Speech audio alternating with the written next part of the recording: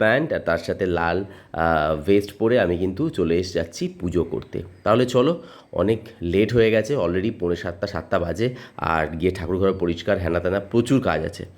Anyway, দেখো, সব কিছু সেরে আমার বজরংবলী বাবাকে সাজিয়ে সমস্ত ঠাকুরকে শৃঙ্গার করে সাজিয়ে আমার মহাদেবকে স্নান করিয়ে একদম পুজো রেডি।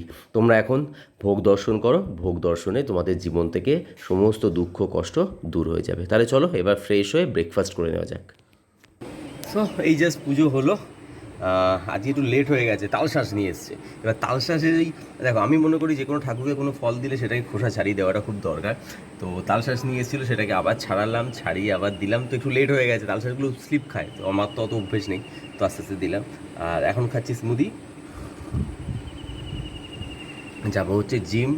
আজকে ওয়েদারটা সত্যিই খুব ভালো আছে, বেশ সকাল থেকে হালকা বৃষ্টি বৃষ্টি হচ্ছে, বেশ হালকা। আমার বৃষ্টি ওয়েদার ভীষণ ভালো লাগে, আমি জানি না কেন।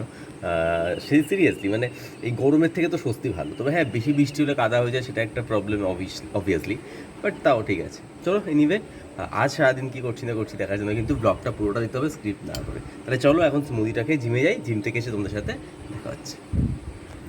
সো জিম থেকে ঘুরে আসতে না আসতেই এসে গেছে একটা আজিওর পার্সেল। পুজো এসে গেছে মানে আমার বাড়িতে রেগুলার পার্সেল আসতেই থাকবে, এটাতে কোনো নেই ডাউট।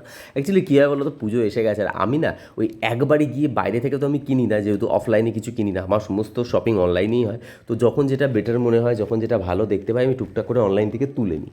তো এই কুর্তিটা মায়ের জন্য নিয়েছিলাম। এটা বেশ ইউনিক একটা স্টাইল, আমার তো বেশ ভালো লেগেছে।